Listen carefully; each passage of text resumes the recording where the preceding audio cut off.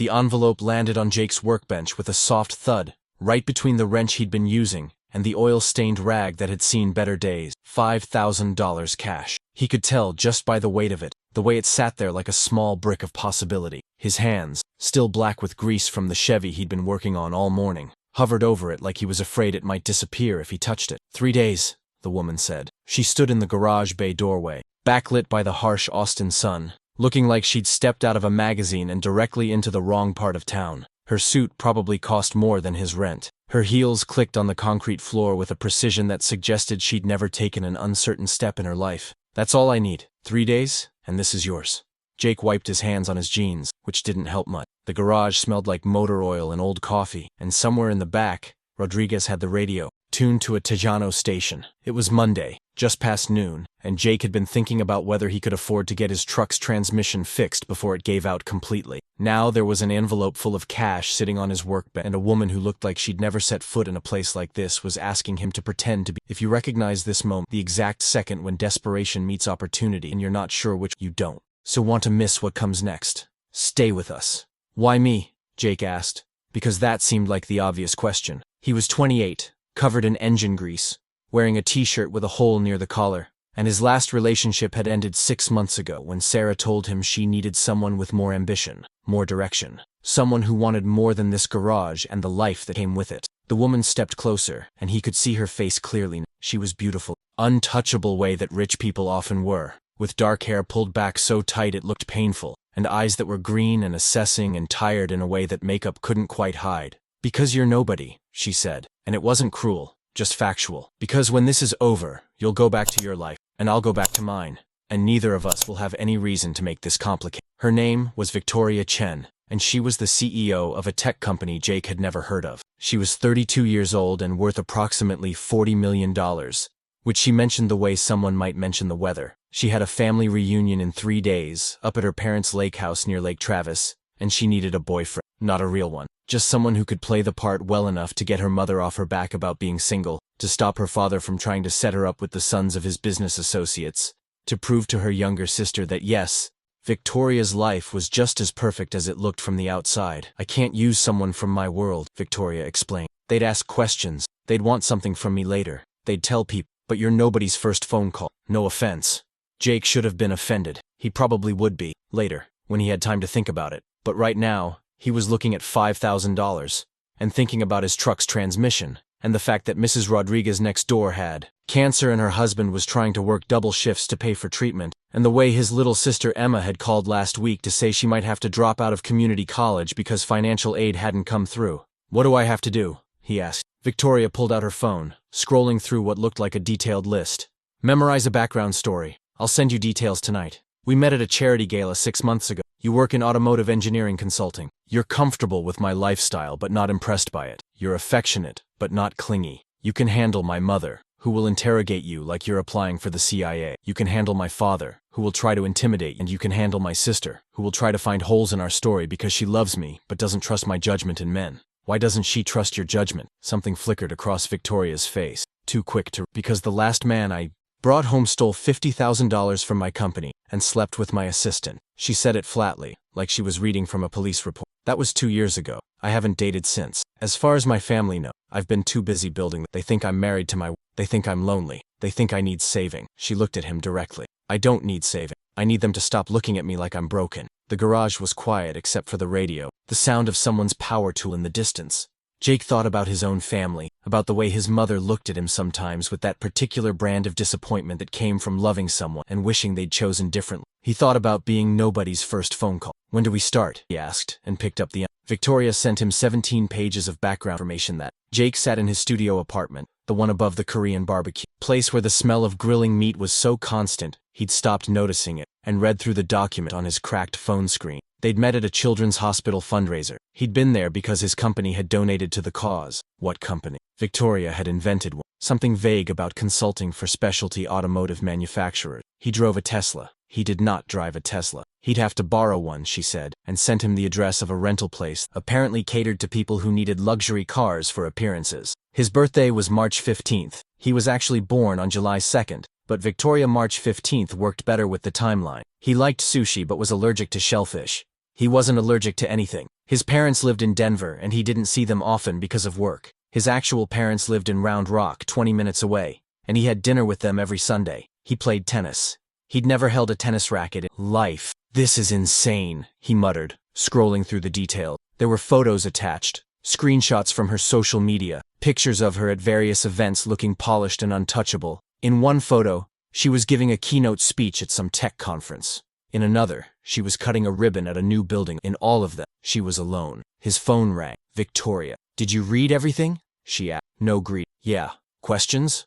"About 100. We have 2 days. Tomorrow night, come to my place at 7. We'll rehearse. The lake house event starts Friday evening. We drive up together, stay through Sunday morning, then you're done. What if your family doesn't believe us?" "They will." She said it with absolute certainty. "I've spent my entire life convincing people of things that weren't entirely true. This won't be different." There was something in her voice, beneath the confidence that sounded like exhaustion. Jake had heard it before, in his own voice, on the nights when he'd worked a double shift and come home too tired to even take off his boots. The sound of someone who'd been performing for so long, they'd forgotten what it felt like to stop. "Why not just tell them the truth?" he asked. "That you're single and fine with it?" Victoria laughed, but there was no humor in it. "You don't know my mother. She views my singleness as a personal failure. Hers, not mine. She's convinced that if I just tried harder, been softer, been more available, I'd be married with children by now. Never mind that I built a $40 million company from nothing. Never mind that I employ 200 people. Never mind any of it. To her, I'm incomplete." Jake thought about his own mother asking, at every family dinner, if he was seeing it. The way she'd look at his sister Emma with such obvious pride for having a boyfriend, even though Emma was 20 and working at Target while trying to finish school, and Jake had his own business, small as it was. The way success and happiness got measured in whether you had someone to bring home. "Okay," he said. "I'll be there tomorrow at 7. Wear something nice, not garage nice, actually nice." He looked down at his t-shirt and jeans, the uniform of his life. "I'll figure it out." Wednesday night, Jake stood outside Victoria's condo in downtown Austin, in a borrowed button-down shirt that belonged to his friend Marcus, and pants he'd bought at Target that afternoon. The building was all glass and steel, the kind of place where you needed a keycard just to get into the lobby. A doorman nodded at him politely, the way doormen were trained to nod at everyone. But Jake saw the assessment in his eyes.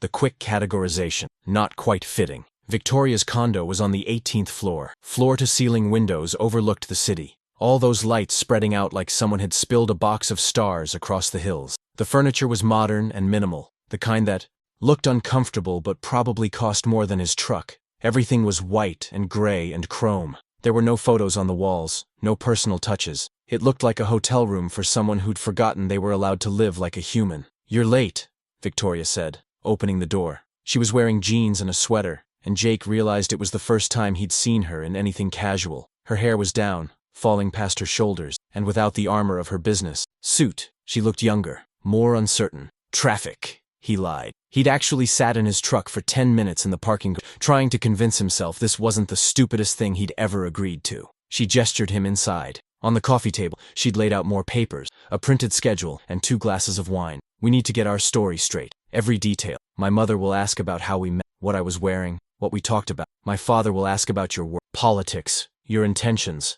My sister will ask personal questions designed to trip us up." They spent 3 hours going over everything. How he'd approached her at the fundraiser after her speech. How she'd been surprised because men usually sent assistants or waited for introductions. How they'd talked about her work, his interest in sustainable automotive technology, the way neither of them had expected to exchange numbers but did anyway. Their first date at Uchiko, where she'd ordered for both of them in Japanese. Their second date at a movie, some indie film neither of them had really paid attention to. The way he'd kissed her for the first time outside her building, in the rain, which was cliché, but Victoria insisted her mother would love it. "What's your sister's name again?" Jake asked, his head swimming with information. "Lily. She's 25, works in marketing, just got engaged to a guy named Brad who works in finance. They're the golden couple, perfect in every way. She loves me, but there's always been this competition, this need to prove she's better at being a woman than I am at being a CEO. That sounds exhausting." "It is." Victoria finished her second glass of wine. "My whole family is exhausting. My mother wanted me to be soft and marriageable. My father wanted me to be ruthless and successful. I became what he wanted, which made her disappointed, which made him proud, but also uncomfortable because he didn't actually want a daughter who could match him. And Lily just wanted a sister who wasn't a constant reminder of all the ways she was supposed to achieve. The city lights sparkled behind her, and Jake saw something in her face that made him understand why she was really doing this. It wasn't about proving anything, it was about protection, about creating enough distance between herself and her family's expectations that maybe, just maybe, she could breathe. Friday arrived with the kind of blue sky clarity that made Texas summers both beautiful and brutal. Jake met Victoria at her building at 4 in the afternoon, his overnight bag looking shabby next to her designer luggage. She'd arranged for a car service, a black Mercedes that smelled like leather and money. The driver loaded their bags without a word, and they headed north toward Lake Travis. "Nervous?" Victoria asked. She was back in her armor, wearing white linen pants and a silk top that probably required professional dry cleaning. Her sunglasses hid her eyes, could see the tension in her jaw. "Should I be? My mother will hug you immediately. She's a hugger. It's a test. She's seeing if you'll recoil. Don't recoil. Got it. Accept hugs. My father will shake your hand too hard. It's also a test. Don't wince. Match his grip. Match grip. Don't die." Victoria almost smiled. "My sister will watch everything. She's the real danger. She knows me too well." The lake house wasn't actually a house. It was what people with money called a house, but what normal people would call a compound. 3 buildings arranged around a central courtyard, all stone and wood and glass, overlooking the water. There were already cars in the driveway, a Range Rover and a Porsche, and something Italian that Jake couldn't identify. Through the windows, he could see people moving around, hear the sound of laughter and music. "Last chance to back out," Victoria said, but she was already opening her door. "I'm good," Jake lied, and followed her inside. Victoria's mother, Margaret, was exactly as advertised. She swept across the foyer with her arms open, pulling Jake into a hug before he'd even finished saying hello. She smelled like expensive perfume and linen fabric softener, and her hug was surprisingly strong for someone so elegant. "Jake, finally. Victoria has told us so much about you." This was clearly a lie, but Margaret delivered it with such conviction that Jake almost believed it himself. "You're even more handsome than she described. Come in." "Come in! David, come meet Jake!" Victoria's father appeared from what looked like a study, tall and silver-haired, and wearing the kind of casual clothes that came from stores Jake had never entered. His handshake was indeed crushing, but Jake had spent years working on engines and his hands were strong. They stood there for him, locked in some primal test of will, until David smiled approvingly. "Firm grip. Good. Can't trust a man with a weak handshake." He clapped Jake on the shoulder. "What are you drinking? We've got everything." "Beer's fine." "Beer! A man after my own heart. None of this wine spritzer nonsense." He shot a look at Victoria, who didn't react. "Come on. I'll show you the deck." The deck overlooked the lake, where the evening sun was turning the water golden. There were other guests, neighbors and family friends, people who moved through the space with the ease of those who'd always belonged. Lily appeared with her fiancé Brad, who had the kind of face that suggested he'd been popular in high school and hadn't quite adjusted to the fact that high school was over. "So you're the mystery man," Lily said, looking Jake up and down. She had her sister's eyes, but none of her guardedness, as if life hadn't yet taught her to protect herself. "Victoria's been so secretive about you." "She likes her privacy," Jake said, finding Victoria's hand and lacing his fingers through hers.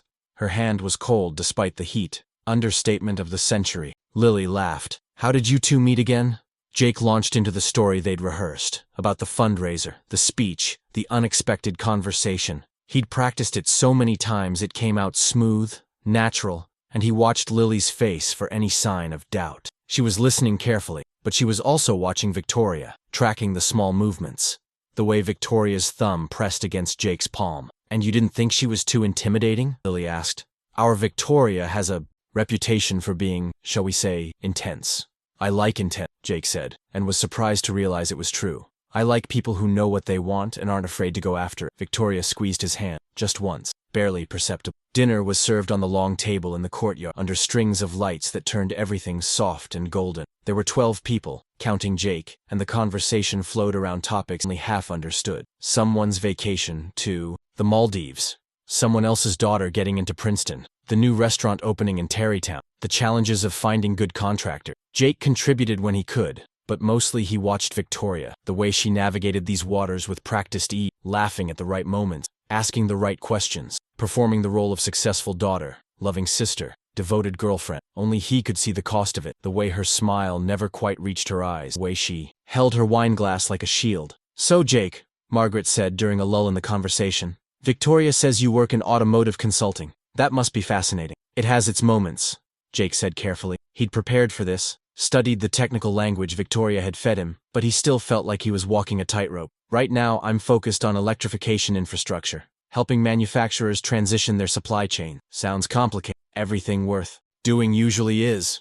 Margaret smiled approvingly. And what do your parents think about you dating Victoria? I'm sure they're thrilled their son found such an accomplished woman. This was dangerous territory. Jake thought fast. My mom keeps asking when we're getting married. My dad keeps asking if I'm sure I can handle a woman who's more successful than I am. Everyone laughed, but David leaned forward. And can you handle it? Jake looked at Victoria, who was watching him with an expression he couldn't quite read. I don't need to handle it, sir. I just need to appreciate it. Victoria's success isn't a challenge to my ego. It's one of the things I admire most about her. Silence fell around the table, the kind that suggested he'd either said exactly the right thing or exactly the wrong thing. Then Margaret reached over and patted his hand. You're a keeper, she said, and Victoria's shoulders relaxed just slightly. Jake and Victoria were given the guest house, a small cottage near the water with its own bedroom and bathroom, a view that probably cost more than most people's homes. As soon as the door closed behind them, Victoria kicked off her heels and collapsed onto the couch. Day 1. Survived, she said to the ceiling. Jake set down their bags. Your family's intense. That's the polite word for it. She sat up, rubbing her temples. You did well. The thing you said to my father about not needing to handle my success, that was perfect. He respects that kind of confidence. It wasn't an act, Jake said. I meant it. Victoria looked at him for a long moment. Why? Why what? Why aren't you intimidated? Most men are. Even the ones who pretend they're not, they always find ways to cut me down to size.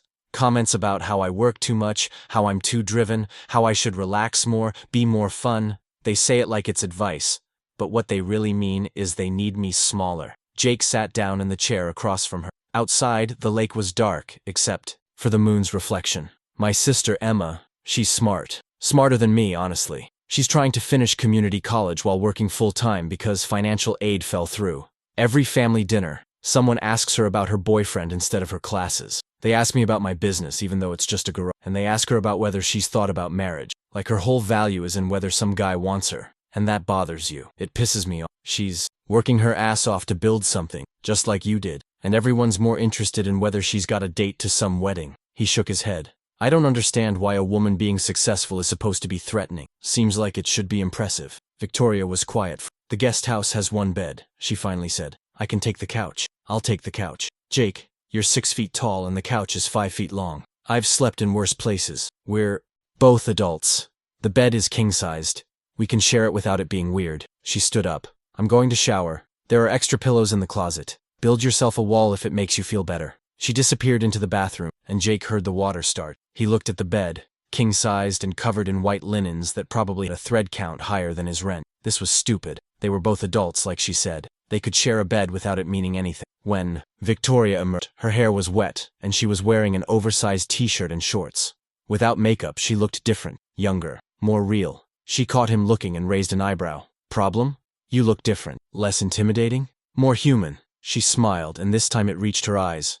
Don't let it fool you. I'm still terrifying. But she said it lightly, like a joke they were sharing, and Jake found himself smiling back. They lay in the dark, carefully maintaining distance.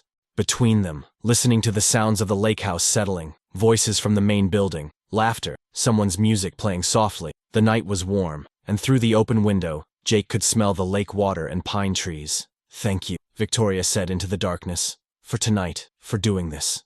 It's what you paid me for. I know, but still. You didn't have to be kind. You could have just gone through the motions. Jake thought about it. My dad used to say that if you're going to do something, do it right or don't do it at all, even if it's just for show. Sounds like a good dad. He is. He's disappointed in me most of the but he's good. Why disappoint? Because I didn't want more. He worked construction his whole life so I could go to college, and I went to community college for 2 years, and then dropped out to work on cars.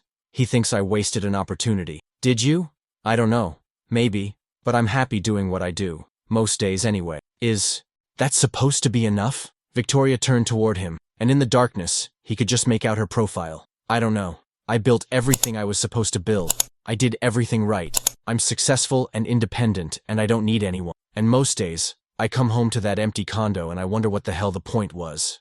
That's the loneliest thing I've ever heard. Yeah, she said softly. It is. Saturday morning broke bright and early, with Margaret knocking on their door. at 7:30 to announce that breakfast was being served and they absolutely must try her homemade scone. Jake woke to find Victoria's head on his shoulder, her hand resting on his chest, both of them having apparently ignored the careful distance they'd started with. She woke when he moved, blinking in confusion, then recoiling. "Sorry," she said quickly. "I didn't mean to." "It's fine," Jake said, even though his heart was doing something complicated in his chest.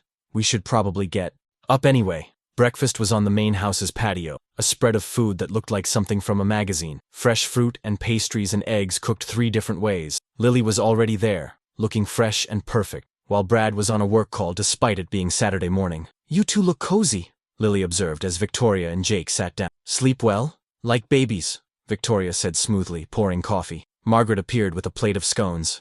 "I thought we could all go out on the boat this afternoon. The weather's perfect." "Jake, do you like wakeboarding?"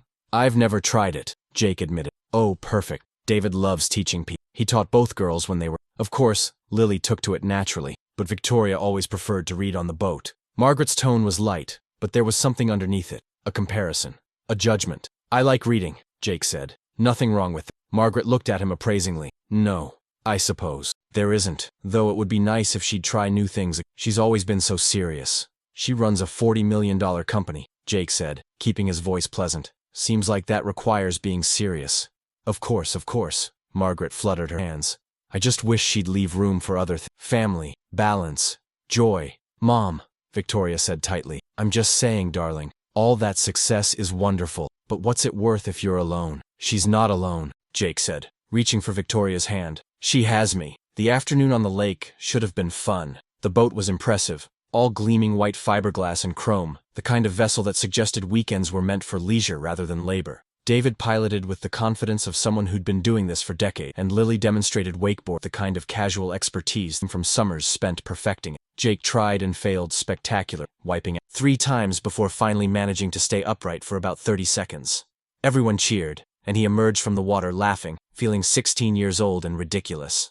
Victoria was watching from the boat with something like amusement in her eyes, and when he climbed back in, she handed him a towel. "Very impressive," she said dryly. "Hey, 30 seconds is 30 seconds. Like a baby giraffe learned to walk. Baby giraffes are majestic." She laughed, and the sound was so unexpected, so genuine, that everyone turned to look. Margaret's face lit up. "I haven't heard you laugh like that in years," she said to Victoria. Victoria's smile faded slightly, the walls going back up. "I laugh. Not like that, honey. Not really." Margaret looked at Jake with something like gratitude. "He's good for you. I can see it." Later, while everyone else was swimming, Jake found Victoria sitting on the boat's bow, her feet dangling over the water, staring out at the lake like she was trying to solve an equation. He sat down next to her, their shoulders nearly touching. "You okay?" he asked. "My mother's right," Victoria said. "I don't laugh like that. I don't laugh much at all anymore." "Why not?" "Because laughing means letting your guard down. And when you let your guard down, people see the cracks. They see the places where you're not perfect, where you're not in control. And in my world, showing weakness is basically signing your own death." "That sounds exhausting." "It is." She pulled her knees up to her chest, looking younger than her 32 years. "You want to know something pathetic? I haven't been on a date in 2 years. A real date. The last guy I was with, Alex, he seemed perfect on paper. Smart, successful, attractive. We dated for 8 months.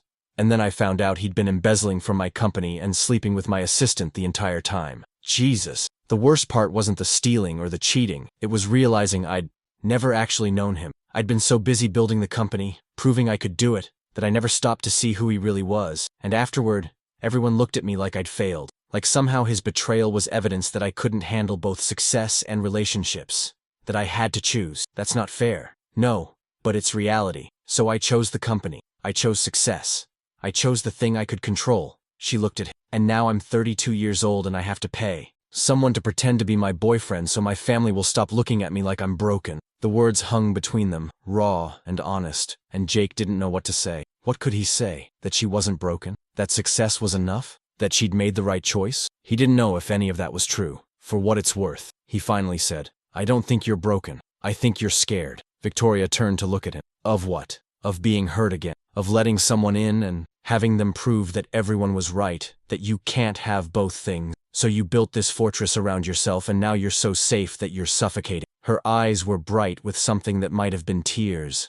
"That's quite the psychoanalysis from someone who's known me for a week." Sometimes outsiders see things clearly. And what do you see? I see someone who's been performing for so long she's forgotten it's possible to stop. Someone who's so afraid of being judged that she judges herself harder than anyone else ever could. Someone who's convinced herself that being alone is strength when really it's just another kind of prison. Victoria stood up abruptly. You don't know anything about me. I know you sleep on the far edge of the bed, afraid to take up space. I know you apologized this morning for something that wasn't your fault. I know you've smiled more in the last 2 days than you probably have in the last 2 months.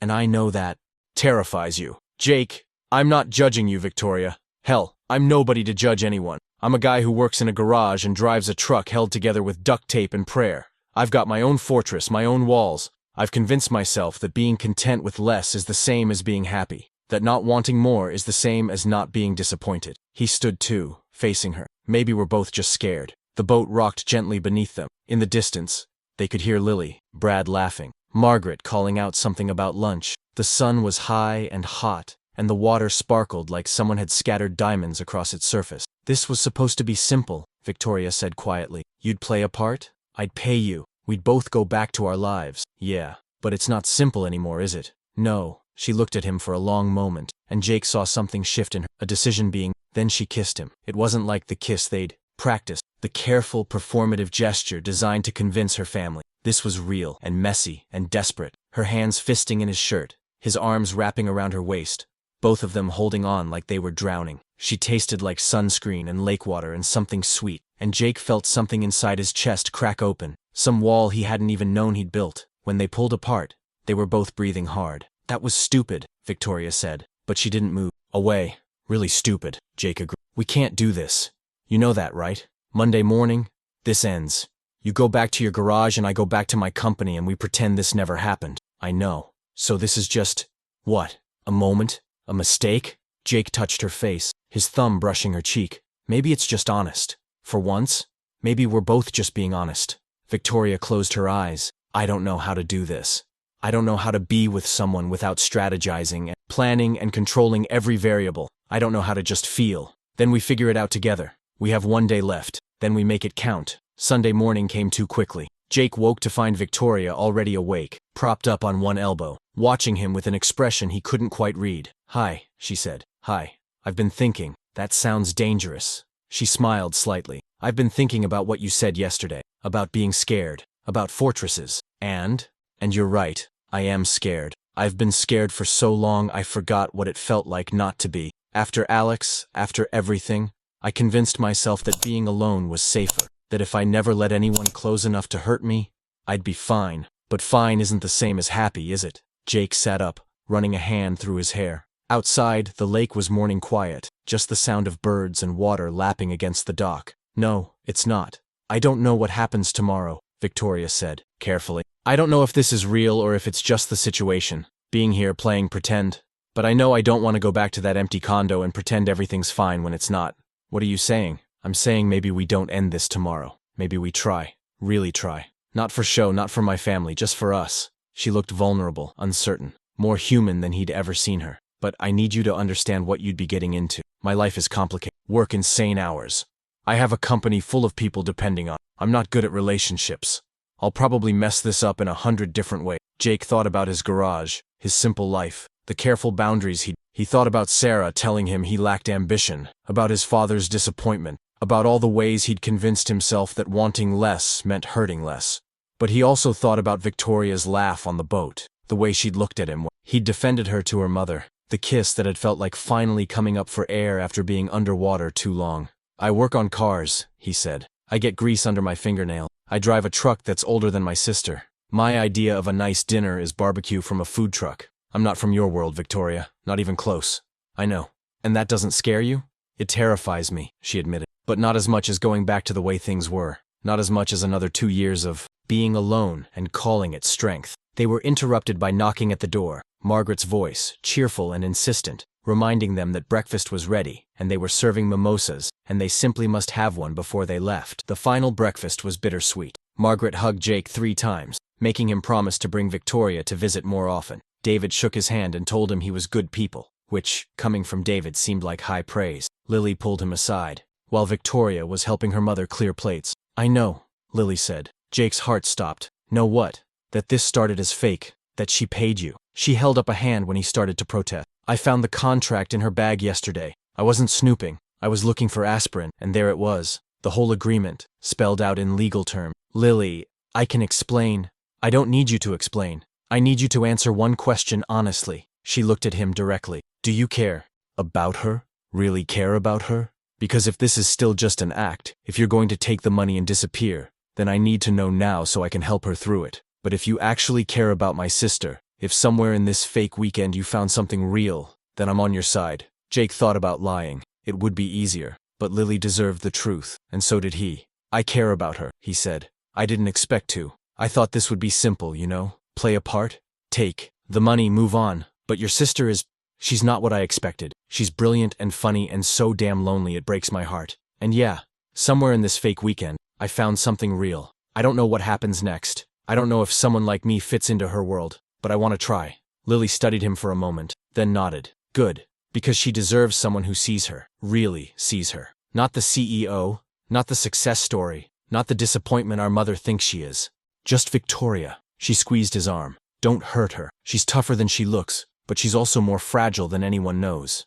I won't, Jake promised, and meant it. The drive back to Austin was quiet at first. Victoria drove her own car this time, a sleek BMW that handled the highway like it was gliding on air. The radio played softly, some indie station, and the late morning sun turned the hill country golden and green. Lily knows, Victoria finally said. I know, she told me. And she's on our side. If there is an our side. Victoria glanced at him, then back at the road. There is. If you want there to be. I want there to be, Jake said. But we need to be realistic. I don't fit into your world, Victoria. Your friends, your colleagues, the people at those galas and fundraisers, they're going to take one look at me and know I don't belong. Maybe I don't want to fit into that world either, she said quietly. Maybe I've been playing a part in my own life just as much as you were playing one this weekend. The ruthless CEO who doesn't need anyone, who's married to her work, who measures success in quarterly earnings and company valuations. Maybe that's not really me either. Then who are you? She thought about it for a long time, long enough that they passed 2 exits, and the landscape shifted from hills to flatland. I don't know, she finally admitted. I've been performing for so long I'm not sure anymore. But I'd like to find out, and I'd like to find out with someone who isn't impressed by the performance. Someone who's seen me without the armor and didn't run away. Jake reached over and took her hand. I'm not running. Even though I'm complicated and damaged, and I'll probably work too much and forget important dates and have anxiety attacks about quarterly projections. Even though, as long as you can handle that, I'm simple and aimless, and I'll probably get grease on your fancy furniture and bore you with stories about engine specifications. I like engine specifications, Victoria said, and he could hear the smile in her voice. They're predictable. They make sense. Unlike people, she agreed. They reached Austin as the afternoon heat was building, the city sprawling and alive in the way cities are on Sunday afternoons. Victoria pulled up outside Jake's apartment, the one above the Korean barbecue, and they sat in the idling car for a… This is it, Victoria said. The moment where we decide if this is real. Feels real to me. Me too. She turned to face him. But I need you to know what you're signing up for. My mother will be calling within a week to plan our next visit. My father will want to have dinner, assess you properly. Lily will be checking in constantly. And my world, my work world, that's going to be complicated. People will talk. They'll wonder who you are, where you came from, what you're after. Let them talk. It won't be easy. Nothing worth doing. Jake said, echoing words from her. You taught me that. Victoria leaned across the console and kissed him, soft and sweet and full of promise. Dinner tomorrow night? She asked. Somewhere that's not fake, not for show, just us. I know a great barbecue place. She laughed. Of course you do. Or I could try to cook. Fair warning, I'll probably burn something. Burned food sounds perfect. Jake got out of the car, grabbed his bag from the trunk, and watched as Victoria drove away. Her car disappeared around the corner, back toward her side of town, her gleaming condo, her complicated life. And he stood there in front of his shabby apartment, smelling like lake water and sunscreen, feeling like something fundamental had shifted in his world. His phone buzzed, a text from Victoria. Already missing the baby giraffe, he texted back. Already missing the terrifying CEO. Another buzz. I'm not terrifying. You're absolutely terrifying. It's one of your best qualities. Pause then. Tomorrow, 7 p.m. Your place. I'll bring wine. I'll bring the fire extinguisher. That night, Jake lay in his narrow bed and thought about the weekend, about Margaret's hugs and David's tests and Lily's knowing eyes. About Victoria laughing on the boat. Victoria kissing him in the dawn light. Victoria admitting she was scared. About the $5,000 that was still in his truck, untouched. Because somewhere between Friday and Sunday, this had stopped being about the money. He thought about what came next. The complications, the challenges, the inevitable moments when their worlds would clash. He thought about his father's disappointment and Victoria's mother's expectations and all the ways this could go wrong. But he also thought about the way she'd looked at him when he'd said she wasn't broken, just scared. The way she'd held his hand like she was afraid he might disappear. The way she'd laughed, really for the first time in years. Monday morning, Jake was under a Honda Civic when his phone rang. He rolled out on the creeper, his face smudged with oil, and saw Victoria's name on the screen. "Hey," he answered. "Hey, are you busy?" "Just changing someone's oil. What's up?"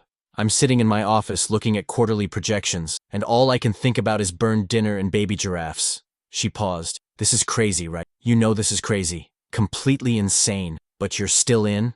Jake looked around his garage, at the Civic, dripping oil, at Rodriguez singing along to the radio, at the life he'd built that was simple and safe, and exactly what he'd chosen. Then he thought about Victoria and her empty condo, looking at numbers instead of living, and he knew exactly what he was going to say. "I'm still in. Even though it's complicated, especially because it's complicated. You were right about something. We've both been playing it safe, building fortresses, convincing ourselves that not risking anything and we couldn't get hurt. But maybe the real risk is never trying at all." He could hear her breathing on the other end. 7 o'clock tonight? 7 o'clock. Fair warning. I actually can't cook. Good thing I can order takeout. See you tonight, Jake. See you tonight, Victoria. That evening, Victoria showed up at his door in jeans and a t-shirt, her hair down, no makeup, holding a bottle of wine and a bag of Thai food. She looked nothing like the CEO who'd walked into his garage a week ago, and everything like someone who was trying to figure out how to be real. They ate sitting on his worn couch, talking about everything and nothing. She told him about her day, about a difficult client call and a breakthrough in product development. He told her about the Civic and Rodriguez's terrible singing, and how his sister Emma had called to say she'd figured out her financial aid situation. They talked until the food was gone, and the wine bottle was empty, and the city, lights outside his window blurred into a canvas of possibility. "I don't know how this works," Victoria said, curled up against him. "I don't have a strategic plan or a risk assessment or a projected outcome." "Maybe that's the point," Jake said. "Maybe sometimes you just have to trust the process." "I'm not good at trust." "I know, but I'm patient." She looked up at him, those green eyes that had been so guarded now open and vulnerable. "What if I mess this up? Then we figure it out. Together. That's what people do, right? When it's real?" "I wouldn't know. I've never let it be real before." "Then we're both learning." She kissed him then. It felt like a promise, like a leap of faith. Like two people who'd spent so long protecting themselves, finally deciding that maybe, just maybe, being protected wasn't the same as being alive. 3 months later, Jake would meet Victoria's entire company at a holiday, standing in a room full of people in designer clothes while wearing his best shirt from Target, and he wouldn't care what they thought because Victoria's hand would be in his. 6 months later, Victoria would show up at his garage in the middle of a workday just to bring him coffee and kiss him hello, and Rodriguez would tell him he was a lucky son of a bitch, and Jake would agree. A year later, they'd still be figuring it out, still navigating the complications, still learning how to be real with each other. But that night, in Jake's tiny apartment, above the Korean barbecue place, with the smell of pad thai and the sound of the city outside, they were just two people who'd found each other in the most unlikely, two people who'd built fortresses and then torn them down, two people who'd learned that sometimes the bravest thing you can do is let someone in. Victoria fell asleep on his couch, her head on his shoulder, her breathing slow and steady, and Jake stayed awake a little longer, thinking about how strange life was, how a week ago he'd been a guy in a garage with no prospects, and now he was a guy in a garage with no prospects who somehow had the attention of a brilliant, complicated, terrifying woman who made him want to be braver than he'd ever been. The $5,000 was still in his truck. He'd give it back eventually, or maybe donate it to help Emma with school, because this had stopped being about the money the moment it became about something real, the moment they stopped performing and started living. If this story touched your heart, it deserved to be told, and it deserved to be shared. Share it with someone who needs to remember that second chances exist, that walls can come down, that sometimes the best things in life come from the most unexpected places. Share it with someone who needs to know that being scared doesn't mean be brave, that being complicated doesn't mean you're broken, that sometimes the person who fits perfectly into your life is the one who never should have fit at all.